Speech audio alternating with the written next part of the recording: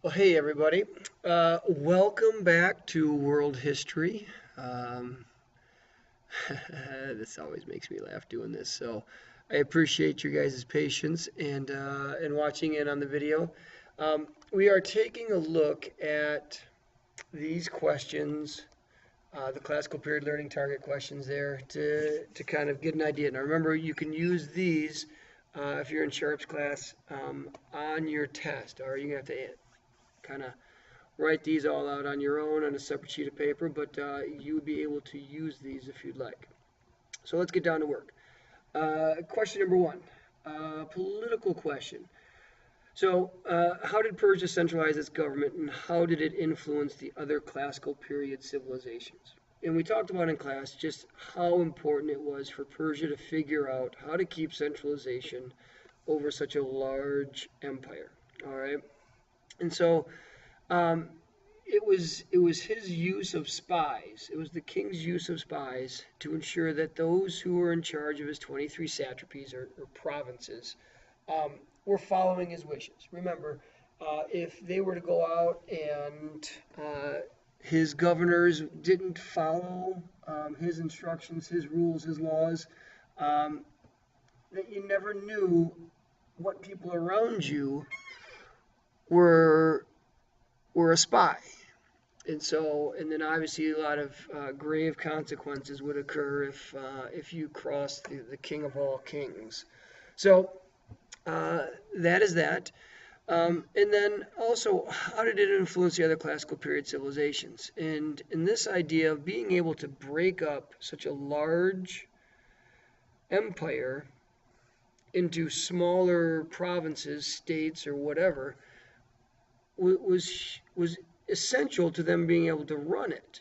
But the key is that they figured out how to keep it centralized, how through the use of those spies, um, the king was able to make sure that everybody followed his wishes, his rules. All right, and they're going to go on. Rome is going to follow this idea of centralization and breaking things up. Alexander the Great. And even the future empires like the Mongols are all going to enlist Persian bureaucrats, Persian government officials to come out and um, do these things for them. All right. And so as we get going down to question two now, this will kind of bleed into it. What role did Persia serve in trans-regional trade network known as the Silk Road? Um, and then what building projects did they develop to ensure the security and speed of trade in Persia? So as we go through um, this, all right, is this Royal Persian Road, okay, that we can see. And so um, it was 1,677 miles long. And this was just the main highway. This is kind of like our I-75, right? And then there's roads that lead off of it and to it and that kind of stuff. Um, but there were, I mean, you can see that there were 111 posts or relay stations spaced about 15 miles apart. Um, and it was essential for the security of those traveling and those merchants going across it, and the idea that it made travel so much faster. These were an actual road, and so you didn't have people that were on, horseback or camels or pulling carts and all that, just riding over, rough terrain. So it was huge. The other part about it is that let me get this out of the way. Um, you can take a look. This yellow outline is essentially what Persia was. All right.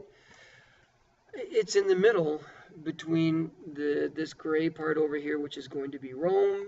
Here is Han China, which is producing much of the silk that kind of gave the name its roads. And then down here is the Moira and Gupta empires in India. But all of this is in the middle of the Silk Roads. And so you can see that kind of all of these, even the Indian Ocean basin trade in the water and all the land routes all come through Persia here. All right. So they were able to tax a ton of goods coming through, and with that money, develop the roads, develop this postal system. Uh, they had a postal system, and the Greek historian Herodotus praised these messengers that rode for the postal system, and and it said, nothing in the world travels faster than these Persian couriers, and neither snow, nor rain, nor heat, nor gloom of night stays these couriers from the swift completion of their appointed rounds. And actually, our U.S. postal system adopted that as their slogan. So, again, this is the first time that we're seeing such organization on such a large scale, and the Persians did it better than anybody else. See if there's anything else I wanted you to see. Oh, currency.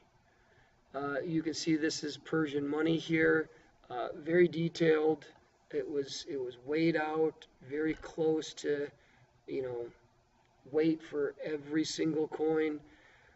And it was huge. So when you are going across an empire like that, to be able to have a standard currency and to be able to pay and everything's the same, and